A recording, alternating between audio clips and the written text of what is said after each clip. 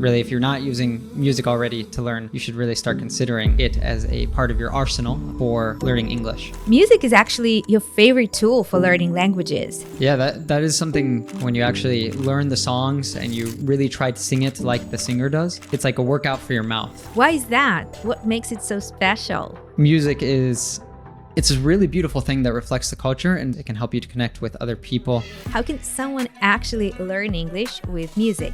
I took note of some different tips, some different things that I've done. Do you mind if I quickly share those with you, Ksenia? So it's 3 R's. So the first one is the Eurovision Song Contest. You know what that is?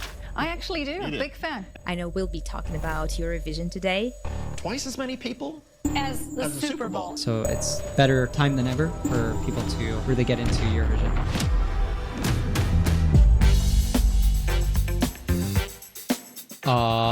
Yeah, boys and girls, citizens of the world, this is Ethan from Real Life English, where every single week it is our mission to take you beyond the classroom to speak English confidently and naturally, to connect to the world, and to use your English as the doorway to living your greatest life.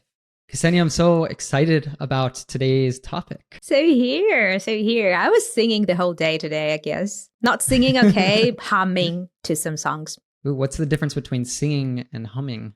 To sing, you actually need to know the lyrics. I don't know the lyrics to all the songs I'm listening to, so I am humming. Humming is just like, repeating, like after the melody, like, doing like that. Yeah. It's actually a really great way, they say, to pick up on the rhythm of the language and all the sounds of the language, even listening to the radio or podcast, for example, and trying to hum along with the way the person is speaking, because we don't speak flat, right? We do have a melody, even if we're not singing, if we're just speaking.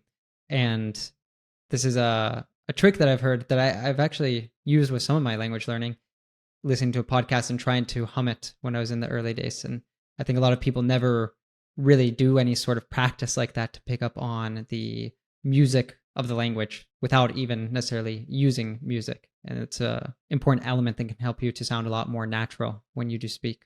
Exactly. By the way, you've been talking a lot, right, about using singing, using songs, using music in your language learning.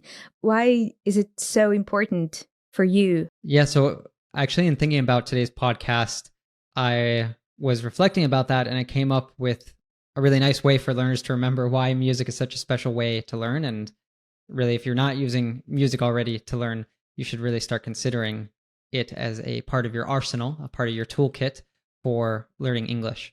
And so it's 3 R's. So the first one is rich. Music is really rich. It's filled with expressions, vocabulary, other parts of the language like grammar, even you can learn through music.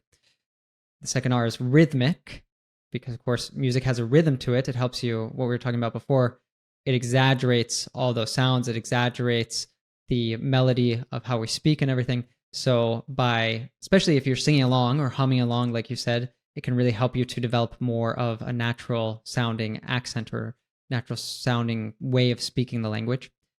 And finally, it's repetitive. Songs are really short. We listen to them over and over again. So for a lot of learners that freeze up or that forget vocabulary, music is fantastic for this, because you're getting it drilled into your head by listening to it over and over again and singing along and so on.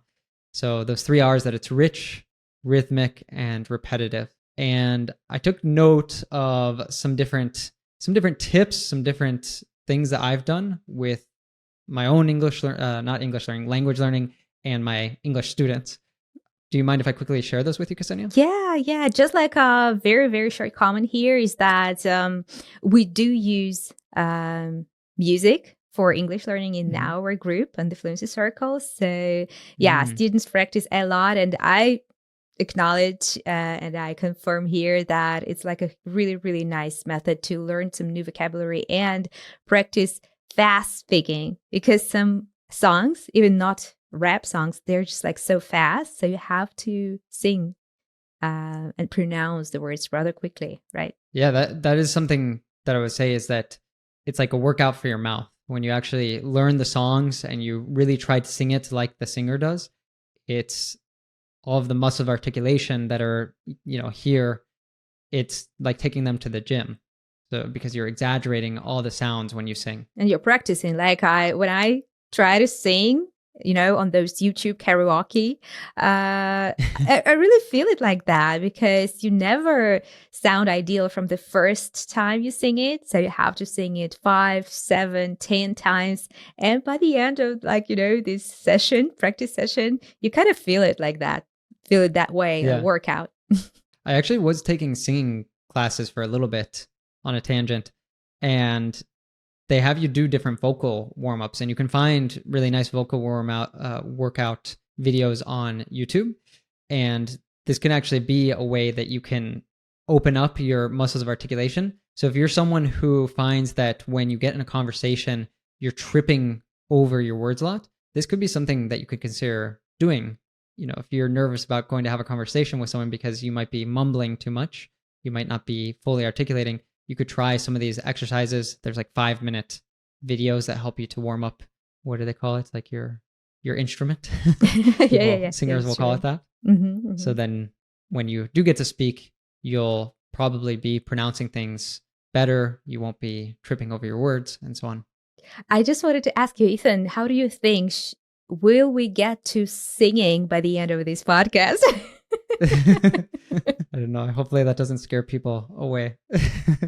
That's why we're leaving it but for the end. So just circling back, one thing that I used to do, actually I created a video a few years ago that I went through pretty in detail. The process that I used to do when learning a language with music is actually, I would personally like to print out the lyrics, but you could do this also on a Google Doc, for example, if you're a very digital person. But it's really nice getting your hands dirty with a pen and paper. Draw all over that page with lyrics. So create your own key, use different sorts of symbols and so on to mark different things. So, vocabulary and expressions, you could mark them in one way.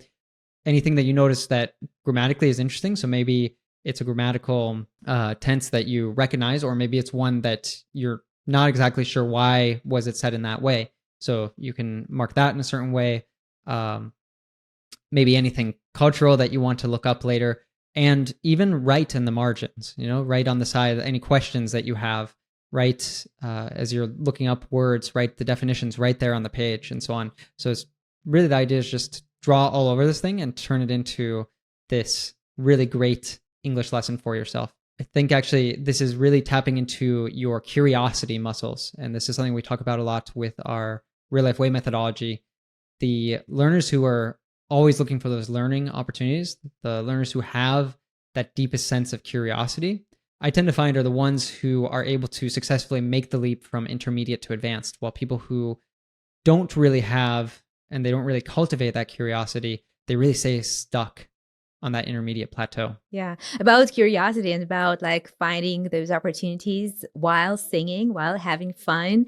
I remember using genius.com. It's a really nice website. If you encounter some unknown word, you can always look it up in the dictionary, right? But sometimes there is something cultural, like you said, that you cannot understand without some explanation. So that's why I liked using this site, because people, the community was sharing the meaning behind some lines in the lyrics. So that was really helpful many times. That's a great point. Another similar resource I wanted to share that I used to use a lot, I did use Genius too, is lyrics training. So I use this myself. I recommended it to all my students. Have you used it before? To be honest, I've never used it, but I checked it once. Yeah, music is a great doorway into any language. Lyrics training, just coming back to that, it's a really nice website because, and they have an app as well. You can find all sorts of songs there. And basically what they do is they take the video from YouTube and then you have the lyrics. And you can choose a level, and depending on the level that you choose, it will remove higher and higher percentages of words. And then you listen to it, and then it'll pause when there's a blank, and you have to fill it in. You have to actually type out what's the word. So it's really great also for your listening. And it's a way that after maybe you've printed out the lyrics, you've broken it all down, it's a way that you can continue to practice with that so that you're really going to memorize it. And then the next step might even be in the shower or maybe with friends, depending how courageous you are with your singing, you actually sing it out loud and really work those muscles of articulation, do your mouth workout. Why singing or why music is so important for English learners? Well, I wanted to just mention that for me, I really have to thank so many musical artists for helping me to gain fluency in different languages. And in French, I talked about on the recent podcast we did on cooking that I would do this. I would actually like print out the lyrics and do everything that I mentioned before. And then maybe I'd be cooking a French dish and listening and singing with one of the songs that I was learning with. So it was this whole cultural immersion.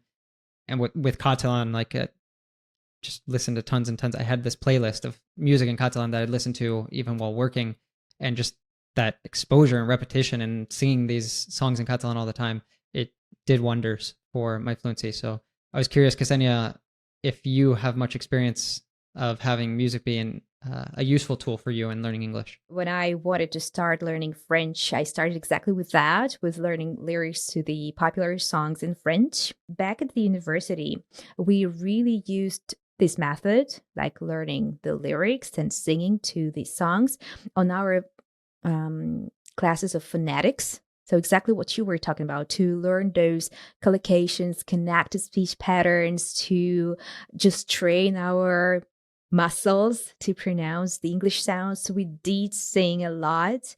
So if I remember well, we had this class like twice a week. Some of the songs I remember were like from Aerosmith, from ABBA, so yeah, those were like, Ooh, ABBA. Maybe it was like Dancing Queen. I guess we were singing Dancing Queen.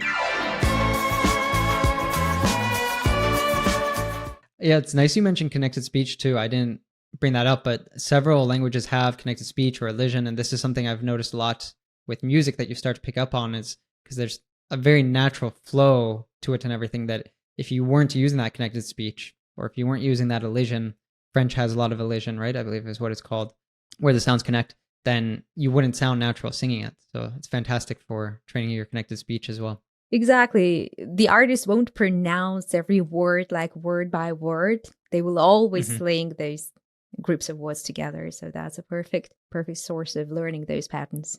And I bet if you're like me, like I mentioned earlier, one of the R's being repetition, it's amazing that you cannot hear a song for years and years, and then it comes on the radio or you hear it somewhere, and suddenly you remember certain parts of the lyrics and so on. So I bet even for you with French, for me too, my French is very rusty now, but if I go to my playlist of French music, I start listening to some songs, a lot of it will come back because it's just engraved in really etched in my brain.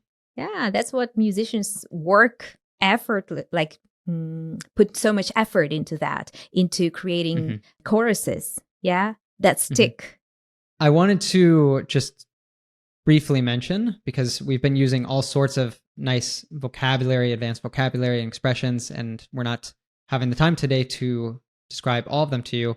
So if you're watching this on YouTube or you're listening on Spotify or Apple Podcasts, I really recommend that you download the RealLife English app for free, because there you get vocabulary flashcards for every lesson. We do 30 or more of them. So you can learn and never forget all of these most important words, expressions.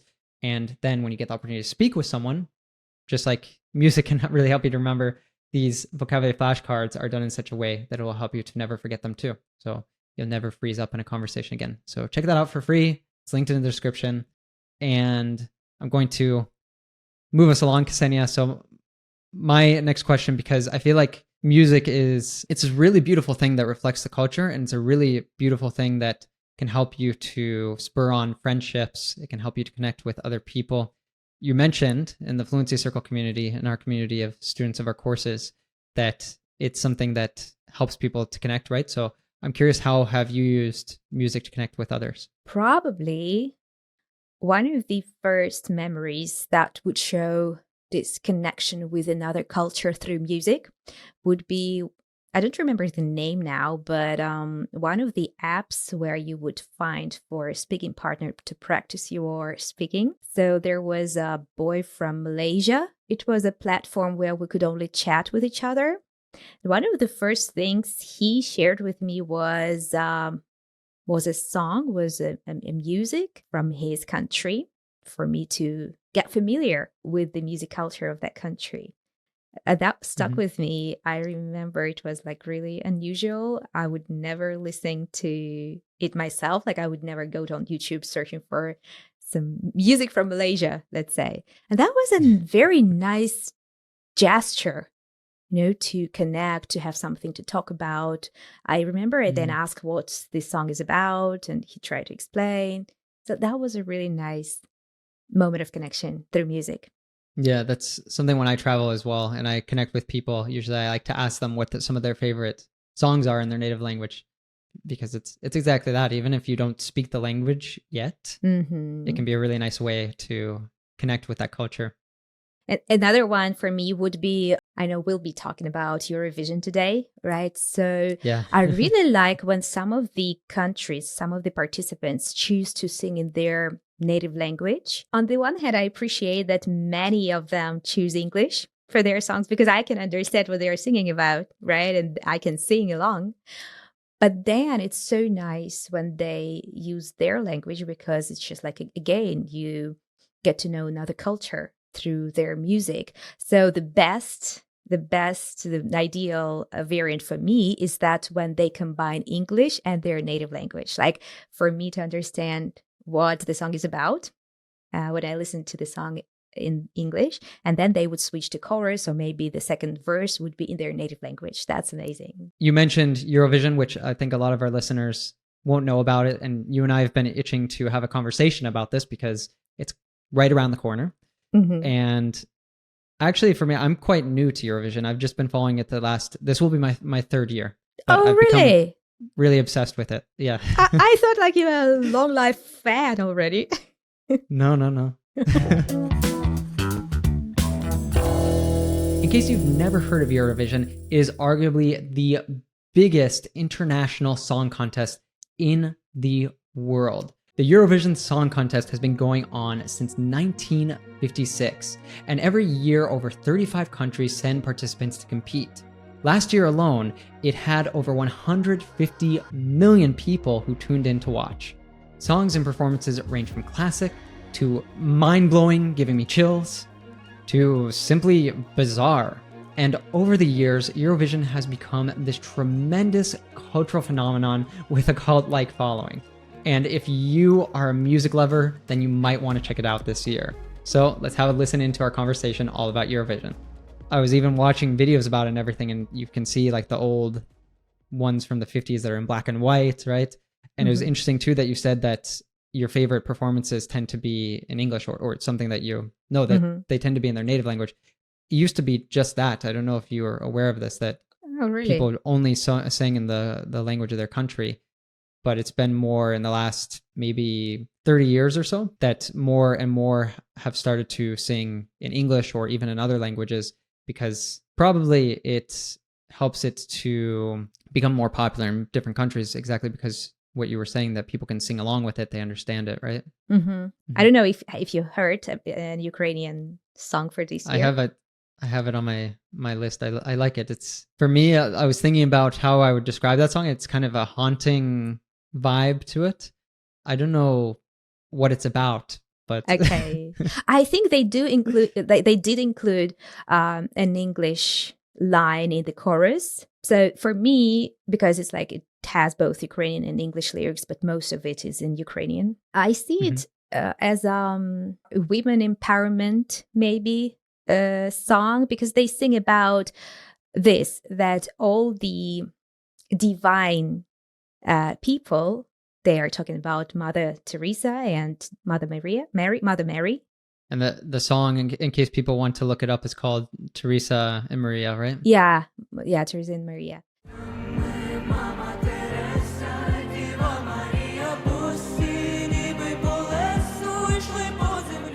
So they sing about this, that all divine personalities, they were born like common, regular human beings. So they want to communicate that power is within us. Each of us can do good things, powerful things, change the world. And that's the message of the song, I guess.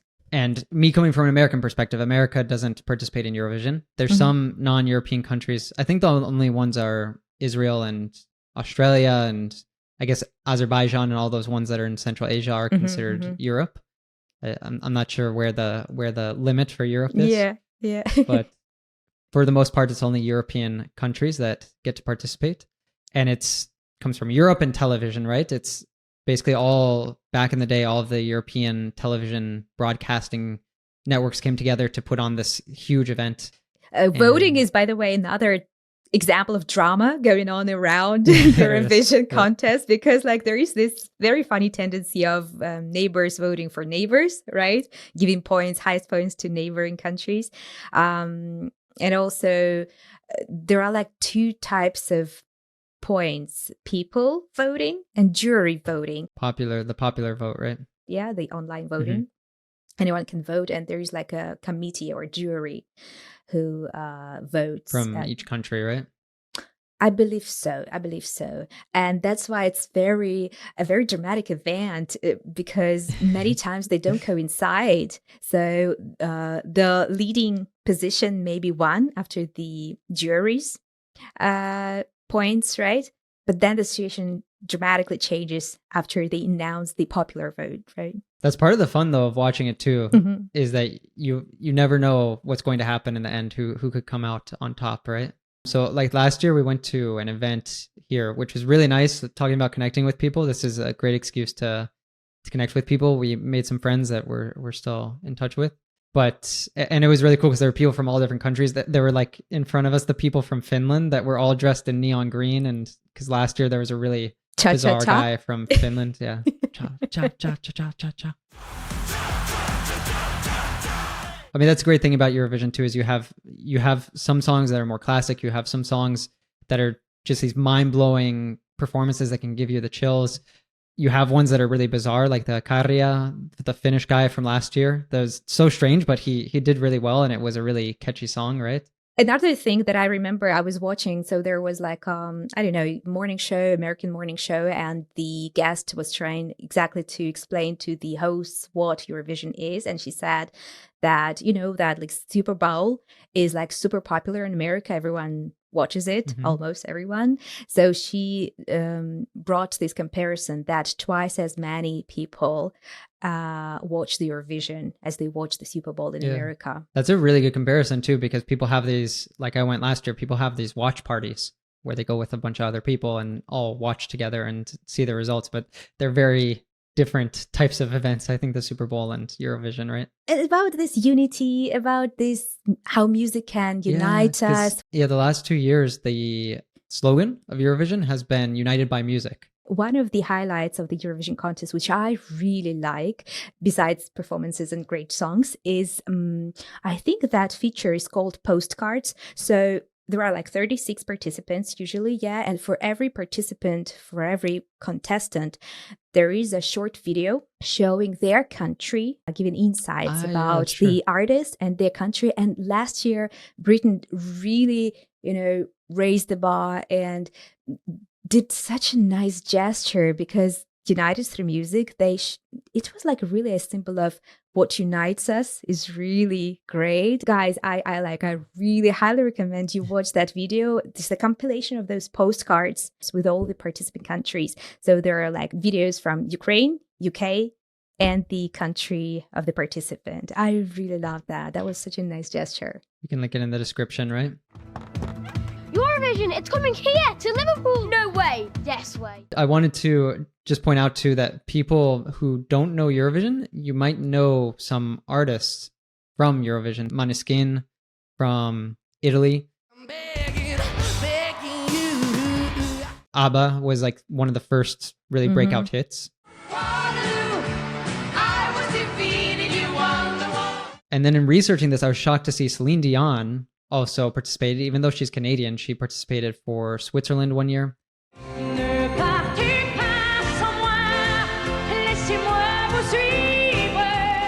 And Olivia Newton-John, who people might know from the musical Grease.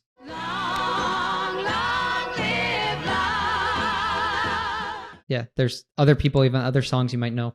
So why don't we talk about some of our picks from this year in the last few minutes before we move on to today's game. People should check out 𝗥𝗲𝗹𝗟𝗶𝗬𝗟. Has a really nice message, despite if you're a Spanish speaker, don't roll your eyes at the title.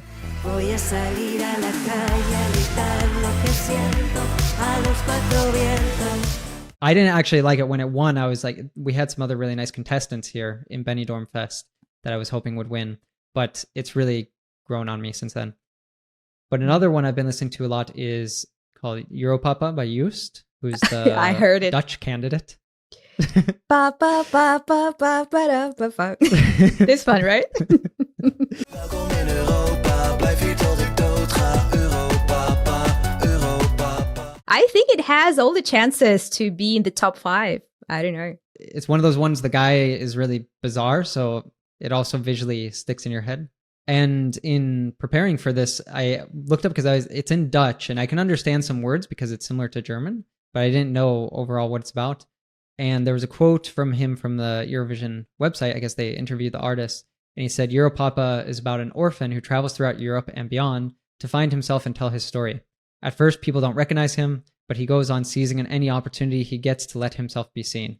𝗥𝗲𝗹𝗶𝗳𝗍 is a tribute to my father. When bringing me up, he passed on to me an expansive view of the world. For me, it was so nice that it has this really nice global citizen message to it that I didn't realize just by listening to it. My top pick, I think, for this year that I think could win maybe, but it's always so hard to know. But I really love La Noia by Angelina Mango. She's from Italy.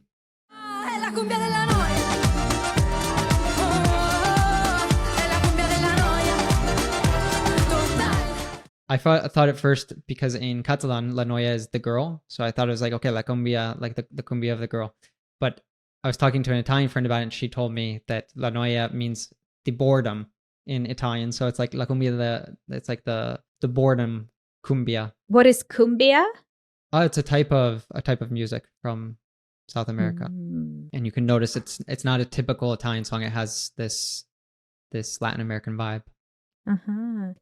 But my picks are the following. So one of the songs, I think he also has all the chances to be in top 3 even. The song is so unusual. He blends several genres. So this is Nemo from Switzerland.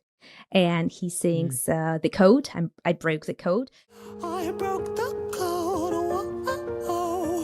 like Gemini.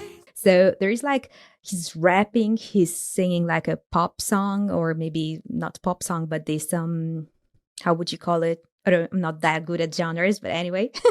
And then he finishes the song with like opera. A little bit like this Queen's Rhapsody, you know, also blending of genres. Bohemian Rhapsody. Bohemian Rhapsody, exactly.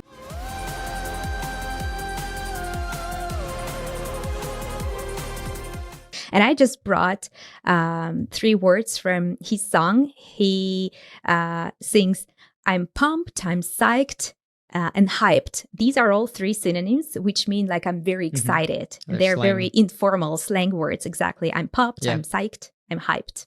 And another one, to be honest, unfortunately, I'm not so sure if he qualifies for the finals. This is a contestant from Germany.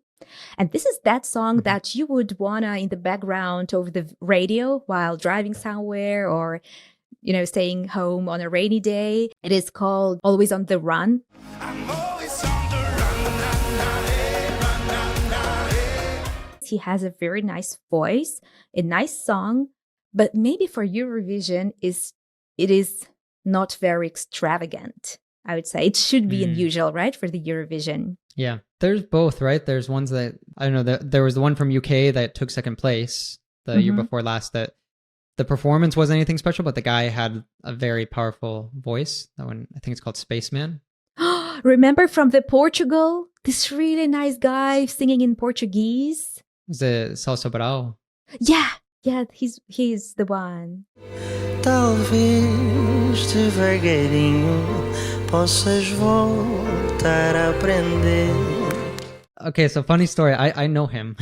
He used to like sleep on my couch all the time when I was living in Mallorca. Really? Yeah. We studied abroad there at the same time. He was in Erasmus, and he hung out at my house all the time. Like we were friends. I would go to like see him at jam sessions that he would play, and I mean, he's always been this incredible singer, had this really incredible voice. When I heard he won Eurovision, I knew he was still doing music, but I started getting to Eurovision, and then I heard about, you know, the Portugal won and everything. I saw his, he was like, oh my God, I can't believe that. It's mind blowing. Yeah. Did you congratulate him on this, or like you drifted apart? We'd lost contact by then a bit, but Yeah, last time I saw him, actually, I was in Portugal and I slept on his living room floor. It was like when I was It's moving there, insane. like 9 years ago or something. So I'm sure we could go on and on, Ksenia, but we should probably wrap up and get into today's game.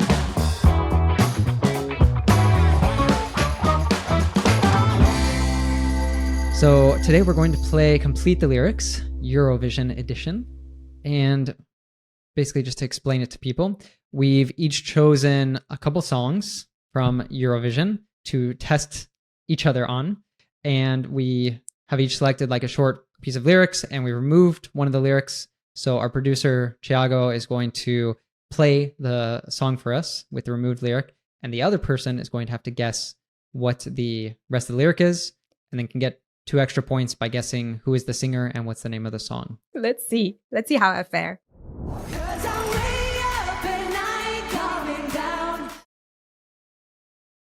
And that's it? Can you play it again? It was too short.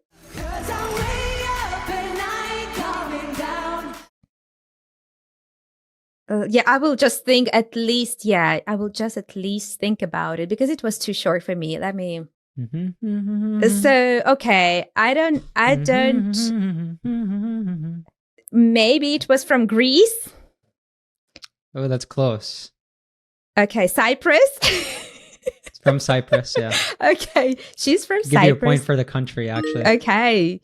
So you got Cyprus. Do you know the lyric or the person or the song? I think I heard it, but I won't remember the lyrics right now. So let me try 𝗶𝗶𝗃𝗃. Elena 𝗶𝗶𝗃𝗃. I don't remember. You got her first name. Almost. Yeah. Eleni 𝗶𝗶𝗃𝗃. It's Eleni 𝗴𝗏𝗃. I don't know how she 𝗴𝗏. pronounces that. 𝗴𝗏. The name of the song, it's a Spanish word, even though the song's in English. Fuego. Fuego. Like fire, fire, fire, right?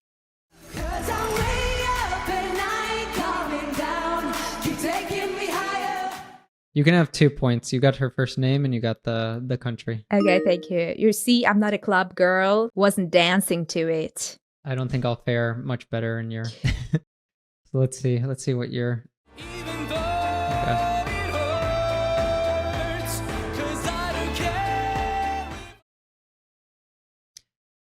I think is it the guy from Norway with the violin? Yeah, you got 1 point. Norway with the violin. That's it. I think that is the song Fairy Tale. Yeah, you got 2nd point. Okay. 2 points already. Good job. I recognize the guy, but I don't know the name of the... I don't know his name or the lyric. The lyrics was, I don't care if I lose my mind. I'm already cursed.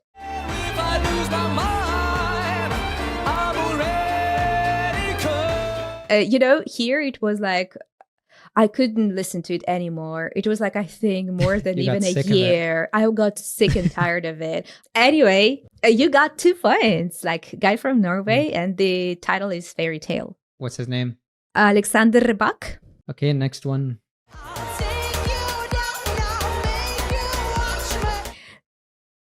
Watch me dancing with my dolls to the beat. That was amazing. Wow. Mira adores her. This is Netta from Israel. I'm not your toy. I'm not your toy. The song is just called Toy, but it's I think toy. You got 4 points there. That was amazing. I thought that was kind of a difficult one. That's a very sticky one. Yeah, that we talked about like bizarre performances. That she does like the chicken sounds and she... Yeah, I don't know how she does it. One thing I like about her is she seems so unabashedly, unashamedly herself. She doesn't care about what people think about her. And I think that makes her someone very admirable. Yeah, she's sweet.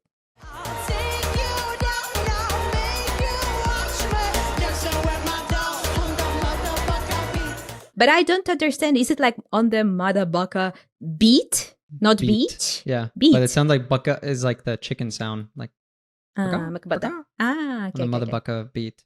Oh, it was amazing that you knew that though. Let's see what else you picked.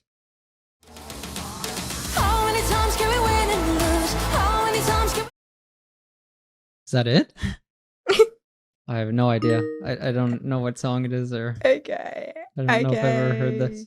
But this is a contestant from Denmark, and I really liked her song. She was the winner, I guess, in the 2009 or something. Emily de Forest. So the lyrics goes like, how many times can we win or lose? How many times can we break the rules? Between us, only teardrops. And the song is Teardrops. How many times can we break the rules between us? Only teardrops.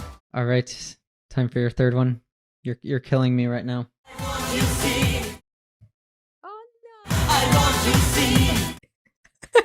𝗥𝗲𝗹𝗶𝗳𝗏. I hope that you wouldn't take 𝗥𝗲𝗹𝗪𝗏 because I really forgot to check how she sings. So I'm happy that at least I know these lyrics.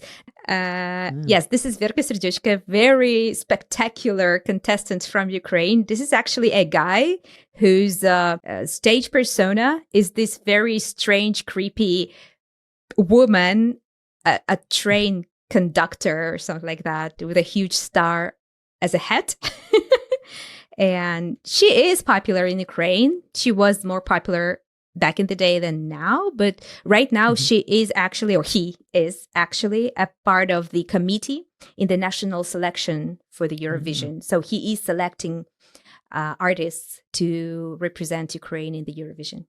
I just remember thinking, like, this person looks like a Christmas tree. So I don't think I guessed the name of the song. It's not called 𝗥𝗲𝗹𝗏𝗪𝗏.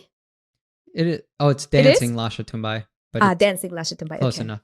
And they're from Ukraine, of course. Okay.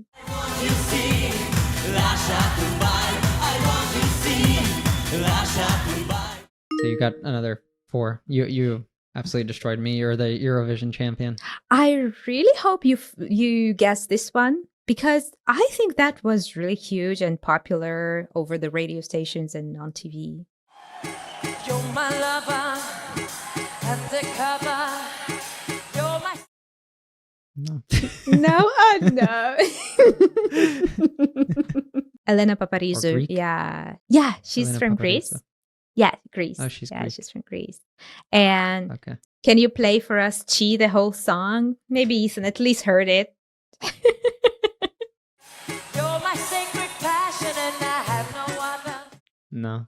No. Okay. That's another one I'll have to check out later.